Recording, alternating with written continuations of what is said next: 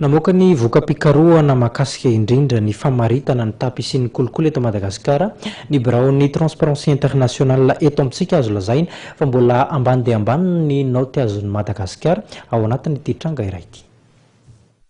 Nampahafantarina tamin'ny fomba ofisialy androany ny voka-pikarohana mahakasika ny Marjefy ny tapisy ny kolikoly ary tao anatin'izany indrindra ny nahafantarana fa nahazo ny naoty 2.30 amin'ny 100 ny firenena malagasy.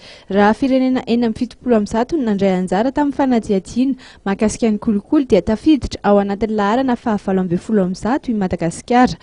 Niompona tamin'ny sehatry ny fitantanan'ny fanjakana ny fanadihadiana izay natao ka tamin'ireo seapitatanana nojerena ny tapisy ny kolikoly. Natao androany iny moa zany dia fanambarana ny atao hoe indice de perception de la corruption momba ny firenena 7.70 erazao ka Transparency International no nanao azy.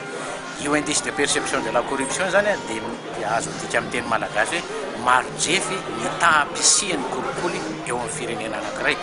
Ka ny naoty azon'ny Madagasikara zany tamin'ity taona 2014 ity dia 2.30 ao anatin'ny zato. Zany hoe azavaiko raha tous les notes manakaiky ny aotra dia mianaka zany le kolikoly. Raha tous les notes manatona ny zato dia tsy dia mianaka zany le kolikoly. Dia anjaranareo zany mahita amin'izay noty 2.30 ao anatin'ny zato zay. Ahoana ny fomba hoe nandrefesana an'izay noty zay indrindra inafy ireo critères hotsiny?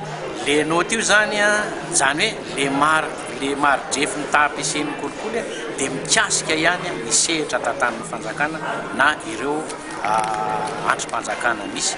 Ka misy zany mpanao fanadihadiana mihoatra ny 3 isaky ny firenena ray ary raha nain'ny Madagasikara jerena dia 9 ireo mpanao fanadihadiana ka ny roa lehibe indrindra tamin'ireo dia ny banky iraisam-pirenena sy ny banky afrikana momba ny fampandrosoana.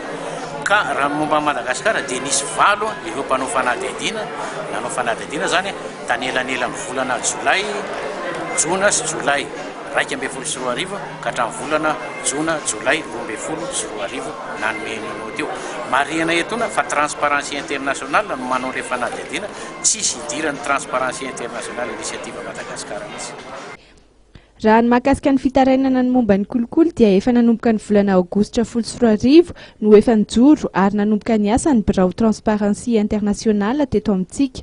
Nandritra izay roa taona izay dia amin'ny totaly 7.3 ny isan'ireo fitarainana amin'ny trangana kolikoly voarehan'ity birao manokana misahana ny kolikoly ity.